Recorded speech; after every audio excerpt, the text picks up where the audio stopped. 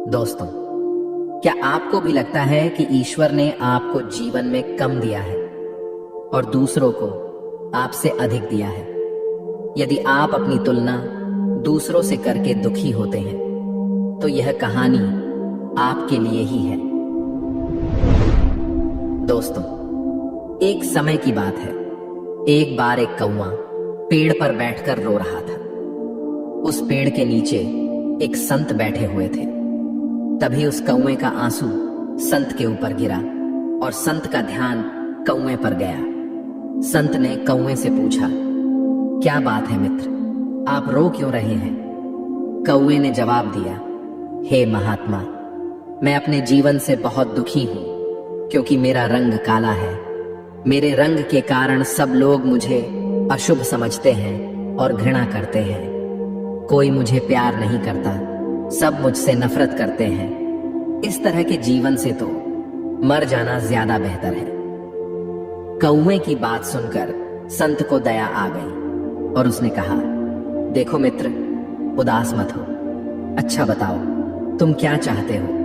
मैं अपने मंत्र की शक्ति से तुम्हारी इच्छा पूरी कर दूंगा। कौवे ने कहा, हे महात्मा, अगर ऐसा हो सकता है तो कृपया मुझे एक हंस बना दीजिए। संत ने कौवे से कहा, ठीक है, मैं तुम्हें हंस बना दूंगा, पर पहले जाकर हंस से पूछ लो, क्या वह अपने जीवन से खुश और संतुष्ट है? मैं तुम्हारा यही इंतजार करता हूं। कौवा उड़कर हंस के पास पहुंच गया और कहा, हंस, तुम बहुत सुंदर हो। तुम्हारा रंग दूध सा सफेद है। लोग तुम्हें पसंद भी करते हैं। तुम अपने जीवन से खुश और संतुष्ट हो ना? हंस ने जवाब दिया, नहीं मित्र, मैं खुश नहीं हूं क्योंकि मेरे पास केवल सफेद रंग है। सफेद भी कोई रंग होता है भला? लोग यह रंग किसी के मरने के बाद पहनते हैं। मेरे ख्याल से तोता इस दुनिया की सबसे खुश और संतुष्ट चिड़िया है क्योंकि उसके पास प्रकृति के सारे रंग हैं। काश मैं तोता होती। यह सुनकर कौवा उड़ा और तोते के पास पहुंच गया और कहा, ओ तोता, तुम बहुत सुंदर और रंग बिरंगे हो। लोग तुम्हें पसंद भी करते हैं। तुम अपने जीवन से खुश और संतुष्ट हो ना? तोते ने जवाब दिया, नहीं मित्र, मैं खुश नहीं हूं क्योंकि मुझसे भी ज्यादा रंग मोर के पास है। मेरे ख्याल से मोर इस दुनिया की सबसे खुश और संतुष्ट चिड़िया है।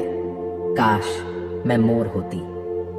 यह सुनकर कौवा उड़ा और मोर के पास पहुंच गया और कहा, ओ मोर, तुम बहुत सुंदर हो और तुम्हारे पास प्रकृति के सारे रंग हैं। लोग तुम्हें पसंद भी करते हैं। तुम अपने जीवन से खुश और संतुष्ट होना?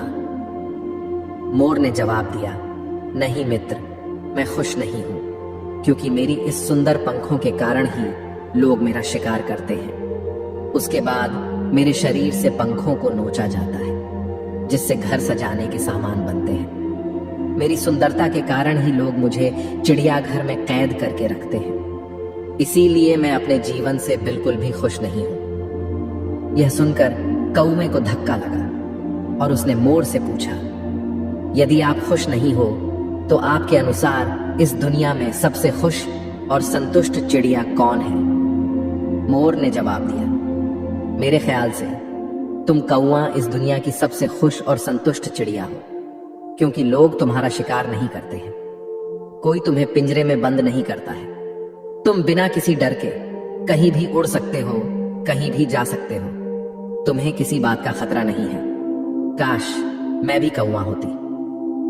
यह सुनकर कौवा उड़ गया और संत के पास आकर कहा, हे महात्मा, मुझे मेरी गलती समझ आ गई। अब मुझे कुछ और नहीं बनना है। मैं जो हूं उसमें ही खुश हूं।